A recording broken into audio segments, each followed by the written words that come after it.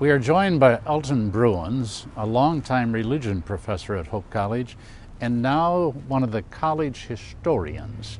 And Elton, we're going to need you very strongly today to talk about the history of this marvelous structure and also to share with us the beauty, why we so appreciate this marvelous place. With that, I'm going to quote a quote from the early newspaper that was written, student newspaper that was written at the time the building was completed. And it states that the chapel stands flawlessly in its grandeur, like a beautiful hymn turned to stone. I'm not sure we can top that sentence, but begin to tell us about this marvelous structure. Thank you. I'm happy to do so. Those words nicely describe the work of President Edward D. Dimnent, the fifth president of the Hope College, who designed this building and brought it to completion. His administration took place from 1918 until 1931. And there was an immediate felt need when he became president. The student body was growing. As a result, Winant's Chapel in Gray's Library was no longer large enough to hold the student body, because at that time, until 1970 in fact, every student had an assigned seat in College Chapel for what we called required chapel. So he said, from a practical point of view, we needed a new chapel. From say an aesthetic point of view, I think he said, we want to build a very fine building. And he, being the man he was and being a very cultured gentleman, had a design and had a great deal to do with the design of this building. But that wasn't enough, of course. He needed an architect. So by mid-20s, at least by 1926, he already had $100,000 raised for the building of the chapel, and that was a significant amount because $100,000 exceeded the whole college budget in 1926. So he knew this building was going to cost a lot of money, and it did. So that by the time it was under construction in 1927, it was estimated that it was going to cost $200,000. Yes. Then what was more significant is that with cost overruns, the final cost was $404,000. Now, what is significant about that is that even though we were in very good times in the 20s, only a matter of months after the college was dedicated in June of 1929, we had the crash of the stock market in October. So we had an amazing president with great foresight, great courage, commitment, and apparently a great ability to raise money so that he could dream to this point and already have $100,000 and be willing to go out into $400,000 to construct this structure. And two other significant things there is, one, he wanted to call it the Memorial Chapel because it was in memory of all the people who have worked hard to make Hope College a success. And then what is also remarkable from my point of view, there's no record of what the debt was when the building was finished in June of 1929. And it is generally assumed that whatever debt there was, he covered it with himself. He had the reputation of being an astute stock picker. So whatever fortune he has, I think, went into the final payment of this building. So after he died, putting the name Dimnent on this wonderful chapel was a very appropriate thing to do. And that took place in 1959. Yes. Now, one other quick point. The chapel is a useful tool, used by the students today, used by the community today. Talk about that a bit. It's widely used. It's as important to the college campus today as the day it was built, because all the college chapels are held here. And then one of the reasons for building it also was to serve the community as well as the college community. And not only does it serve the chapel programs here, it serves all the concerts. It serves the music department. We don't yet have a concert hall, so this has to serve as a concert hall. But then the Holland Chorale will be here again. The Holland Symphony plays here. So it serves yet a dual purpose. Even the building now is nearly 80 years old. Here's this marvelous structure and being used a great deal, and what a marvelous asset to every student coming here, but also to the community of Holland. Yes. Elton, we're now going to go inside, and one of the early quotes also from the early newspaper said that the true beauty of the chapel exists and rests in the fantastic windows that are in the building. So we're going to go in and take a look at those windows and start talking about the interior of the building.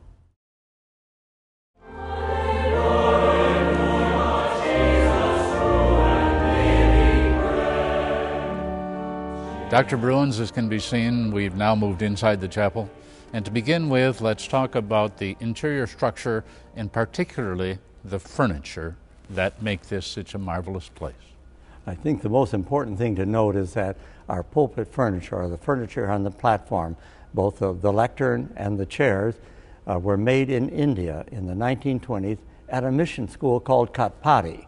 It was a Dutch Reformed Church mission school there to train young Indians in a craft. So I think that's the most important part about the interior. We have our pews, very, very good pews over the years. And then over the years, in the almost 80 years now, there's been some modification. Sure. In fact, the platform on which we're seated now was extended a few years ago so that it can readily accommodate large choruses or orchestras and used for concerts very readily. So the practical part of the furniture is also 80 years old, and it's been maintained well, and we just have kept this wonderful example of creativity and art. Yeah. There's been some modification with the technical side now with our board out there for the microphones, etc. But it's basically as it was when it was dedicated in 1929. Now, as we said from the outside, the windows are what make this such an amazing structure. What are some general comments about the windows? Where did they come from? How were they created? Tell us that story, please. Dr. Dimnent went to the Payne Hardy Studios in New Jersey for crafting the windows. But whether he or they knew the person, but it was a European by the name of Signor Succi, an Italian who lived in Venice, who was the designer of the windows. Wow. He was his specialty was the medieval Europe cathedral, and so he was very aware of the cathedral windows in Europe. So when he designed them in particular, he brought a great background with him. Now I'm sure that Dr. Dimnent had a lot to say with them also, because of the symbolism and what went into the window. I imagine it would have been Dr. Dimnent who suggested that there would be 2 full-size figures in these windows. There are 6 windows on each side, 12 figures on each side, for a total of 24. The Virgin Mary Mother Mary is seen on both sides of that, so she's double, so there would be 25 people. Now, some of them are Old Testament figures like Moses and some of the prophets.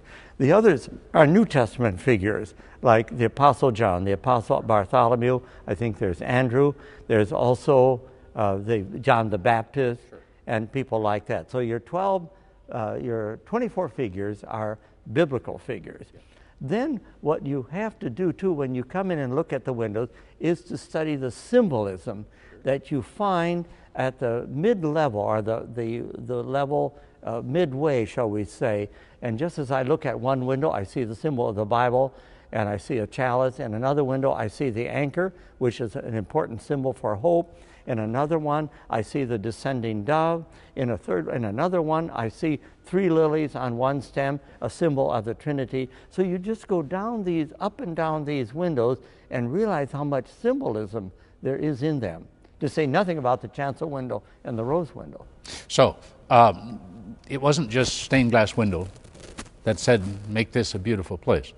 Every window has an immense story to tell, and the creativity and the design was a powerful part of putting it together, and that we today sit and appreciate. You really have to sit in the pews on a nice day and just keep looking around and to see the variety of the symbols that we have here.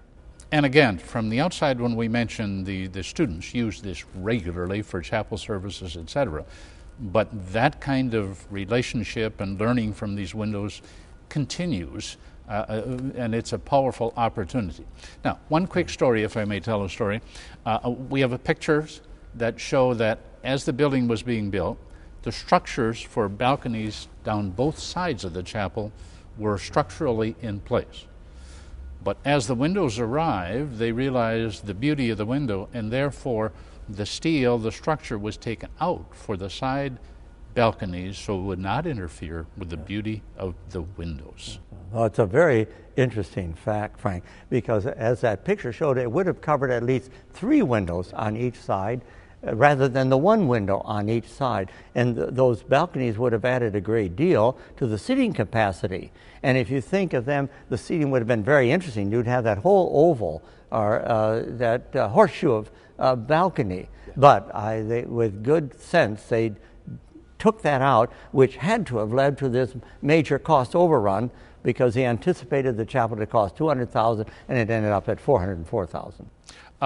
Now, if we can transfer our thinking to the chancel window, which is in itself a story that we want to hear in great detail.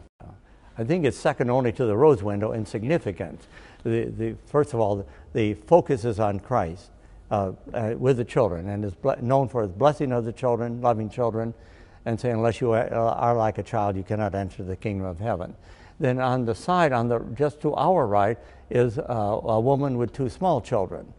Don't know who they represent, nor the couple just on the left side of that, but a man and woman with a child, again, coming to Jesus.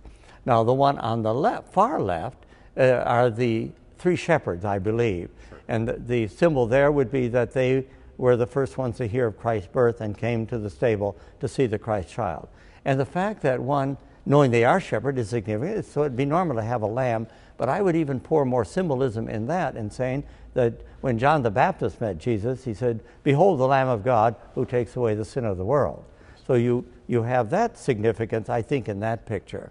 Now, above each of the side windows, you have on the right, you have what is an R, and it looks like there's an X through it. Well, those are Greek letters, Chi Rho, and that's the Greek symbol for the name of Christ. And on the left, you have what appear to be 3 Latin letters. They are 3 Latin letters, IHS, which stand for the Latin term for Christ. So again, I'm sure Dimnent, if not Suchi, would have had that kind of knowledge and would increase. So the chancel window really focuses on Jesus. And then the 2 insignia on either side, the Latin and the Greek terms for the term Christ, the Messiah. Elton, we have just talked about the majesty of the side windows and the chancel windows, and we now have the one window that stands out and without question is the best known, and that's the awesome rose window. So we're going to go up and take a look at that.